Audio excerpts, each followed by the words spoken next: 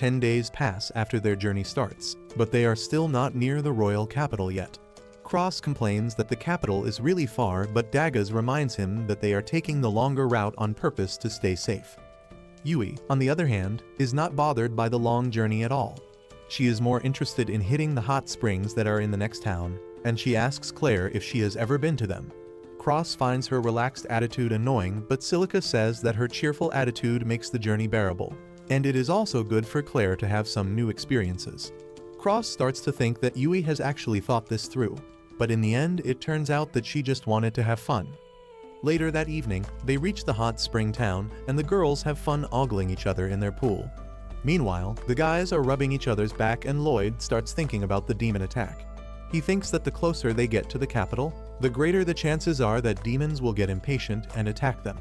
However, they can't deploy a full-sized army here, so they will only send their elite forces to kidnap Claire. As he thinks about it, he starts rubbing Cross's back a little too hard. Cross tells him that it hurts, but Lloyd keeps thinking of improving his spells while absent-mindedly giving him rough back shots. Later, Loud tells everyone that they should stay in this city for a few days to prepare themselves for any sudden demon attacks. Silica agrees with his idea, and so does Daggers, because he wants to improve his gear. Silica says that she will also experiment with new skills, and Cross says that he is fine either way, but he can use this time to do some maintenance on his bow. With that, Yui decides that they will stay in the town for a couple of weeks, and Lloyd is determined to grow even stronger to help his friends. The next day, Daggers begins searching all the weapon shops one by one to find the right gear for himself. He is disappointed no matter which shop he tries, and he doesn't know what to do. Just then, he spots Yui and Claire, who are just enjoying their break. Daggers tells them that he wants a new shield but can't find a good replacement in any weapon shop. Yui understands that it is hard to find quality equipment in random cities, but Claire says that she saw a shop in a quiet alley a while ago, and she thinks that it has better weapons than one would think. Daggers decides to trust her and checks out the weapon store she mentioned. He finds no one there, but then begins looking at the weapons on display. He judges that they are high-quality items, and just then, the shop owner comes there. He seems really angry and rude, and asks Daggers what the hell does he want. He then asks him if he is with those bastards too, and Daggers nervously replies that he is just checking out some shields. The old man tells him to feel free in that case, but now Daggers is confused about what is going on. After a while, he gets even more confused because every weapon in the shop is high quality, but there is no customer at all. Just then, a group of adventurers arrive there, and they are surprised to see Daggers there. Their leader, Karen, asks him if he is here to buy weapons, and when Daggers affirms, everyone starts laughing at him. They call him a stupid low-rank adventurer who doesn't even know which shop to buy weapons from. Just then, the shop owner comes there, and turns out he has beef with the rowdy bunch who just came in because they are the reason his business is not doing well. Daggers steps up for the old man, asking if these guys are some kind of takeover gang, and everyone says that he must be an outsider because everyone here knows about the A-rank adventurer Karen. Daggers asks why an A-rank adventurer is harassing the shopkeeper, and Karen tells him that it is the old man's fault for not selling the special item to him. The old man replies that he won't even be able to use it, and he can't sell a weapon to someone who is not worthy of wielding it. Karen says that he will have to teach a lesson to him in that case and starts cracking his knuckles. Daggers says that this is shameful behavior for an A-rank adventurer, and Karen's lackey decides to attack him first.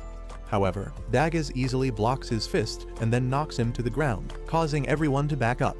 He then pulls his shield out of the storage and pushes everyone outside before shutting the door on their face. Karen is flustered by this and asks how can a random nobody defeat an A-rank adventurer like him. Daggers opens the door to flex his S-rank tag in front of him, and everyone is shocked. Even the old man asks Daggers why didn't he show his rank earlier to avoid the entire situation, and he replies that it is lame to rely on rank rather than strength. Karen and his lackeys run away on hearing this, but the old shopkeeper is impressed by his skills and character, and he decides to leave his treasure with Daggers. On the other hand, Lloyd is trying to improve a spell when Yui and Claire return from their sightseeing. They are curious about what Lloyd is doing, and he tells them that he is trying to make his support spells more powerful, but it is time that he learns some new spells. Yui recommends that he learn some attack magic, and Lloyd tells her that he won't be any good at it because white mages are not talented at offensive spells. He says that if Silica's firepower is comparable to a flamethrower, his attack power will only be equal to a matchstick. He begins glazing Silica after this, who is in the forest at the moment. She relaxes in the embrace of nature, and then begins thinking how their last mission would have been a disaster if Lloyd was not around. That is why she wants to grow stronger, and she starts working on creating a new and more powerful flame spell. However, she can't master it even after multiple attempts, but she is not ready to give up yet.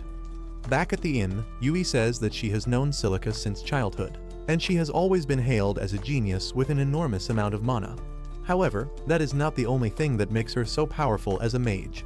Yui remembers the time she saw Silica practicing her aim relentlessly despite failing badly every time, and she says that the most special thing about her is that she never gives up until she achieves her goal.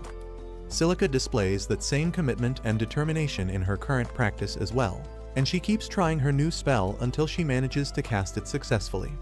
However, as she gets excited because of her success, she slips and the spell goes out of control once again, ending in an explosion. Silica gets drenched after falling into the pond, and she is disappointed at her clumsiness.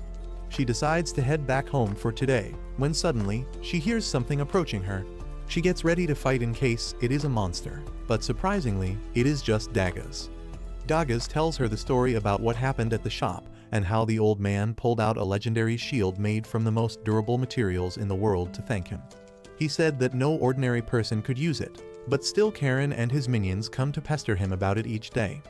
The shopkeeper told Dagas that he could possibly use the legendary shield, but before he gave it to him, he had a condition. He wanted Dagas to investigate the mysterious explosions in the forest that were terrorizing the people in the city. He wanted him to find if there was a monster or a demon behind the explosions and stop them to earn the shield. And that brings Dagas here.